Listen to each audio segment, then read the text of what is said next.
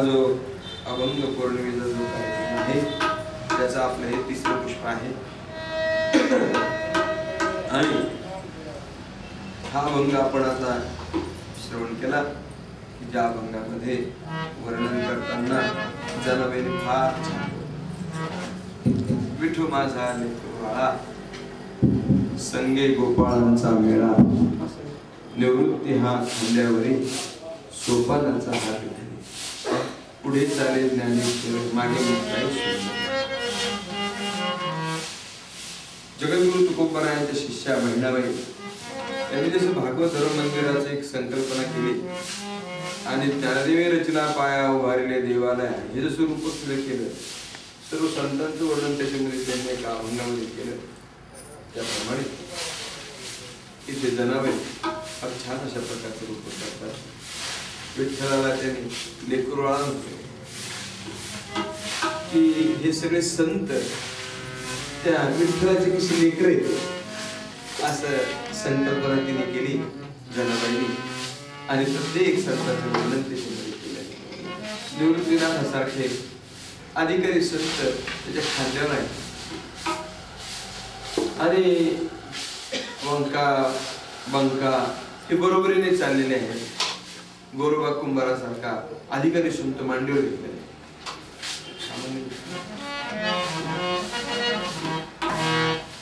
पुढे चालेल ज्ञानेश्वर ज्ञानोबा पुढे चाललेत कारण मार्गदावनी गेले आधी दयानिधी संत ते मार्गदर्शक आहेत माऊली माऊलींनी ज्ञानेश्वरीच्या रूपाने मार्गदर्शन केले आपल्याला ते पुढेच पाहिजे म्हणून त्यांना पुढे केलेले आणि पुढे करून त्यांच्या मागे मागे जायचे आपल्याला म्हणून मागे मुक्ताई सुंदर आणि आई साहेब मागे कारण का तर आई साहेबांचा एक प्रकारचा आपल्याला आशीर्वाद आहे महाराज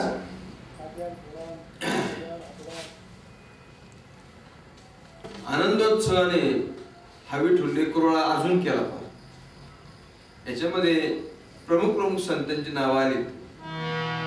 पण आपल्या आनंदोत्सवाने काय केले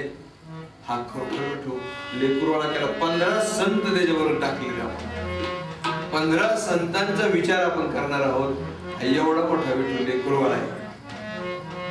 ही संकल्पना आपल्याकडे आहे आणि आपण ती संकल्पना चालवित आहोत आजच्या प्रसंगी आपल्याला आईसाहेबांचं चिंतन करायचंय मुक्ताईचे चिंतन करायचंय महाराज विदर्भामध्ये मिहून की हैदराबाद असं आपल्या या स्टेजवर आपण वादाचे मुद्दे उपस्थित करणार नाही आपलं ते स्टेज नाही तेव्हा हैदराबाद की मिहून असा तो जो आहे तर आईसाहेब तिकडं त्यांची समाधी तिकडं झाली तापी तीरावर म्हणून त्यांना तिकडे जास्त त्या ठिकाणी त्या लोकांचं प्रेम आहे आणि त्यांच्यावर प्रेम असल्यामुळं प्रकार असा आहे की विदर्भाकडची एक पद्धत आहे तिकडची पद्धत अशी एक तर आईसाहेब म्हणायचं नाहीतर मुक्ताई म्हणायचं मुक्ताई किंवा आईसाहेब तर मुक्ताईला आईसाहेब म्हणून मोठ्या प्रेमाने द्या सगळ्यांची आईच आहे ते आपण पाहू आता चालता चालता आपल्याला ते चिंतन करायचंच आहे तेव्हा विठ्ठलपंत आणि रुक्मिणी माता यांची जी 4 मुलं होती निवृत्तीनाथ ज्ञानेश्वर सोपान आणि मुक्ताई त्यातली मुक्ताई जी आहे त्या मुक्ताईचे एक अधिकार आणखी वेगळा आहे सगळ्यात धाकटी आहे ते आणि धाकटी व्यक्ती जी असते ना त्याचा एक अधिकार सगळ्यांनी मान्य केला असतो ते बोलू शकतात मुक्ताई एक अधिकारी संत होत्या त्यांचा अधिकार खूप मोठा होता महाराज आई वडील बालपणीच त्या ठिकाणी गेलेले देह त्याग केलेला त्यांनी प्रायश्चित्त जे घ्यायचं त्याप्रमाणे आणि अशा लहान वयामध्ये पोरकी झाली 4 भावंडे विचार करा निवृत्तीनाथ तशी काय फार मोठी वय नव्हते परंतु आई वडील गेल्यामुळं आपोआपच प्रौढत्व आलं गुरु गैरनाथांची कृपा झाली नाथ संप्रदायामध्ये त्यांचा प्रवेश झाला निवृत्तीनाथांनी ज्ञानोबरायाला उपदेश केला ज्ञानदेवे सार चोजविले गहनी प्रसादे निवृत्ती दाता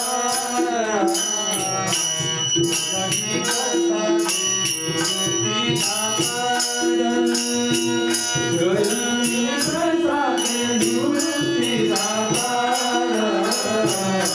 गहनी प्रसादे निवृत्ती दाता ज्ञानदेव सार चोजविले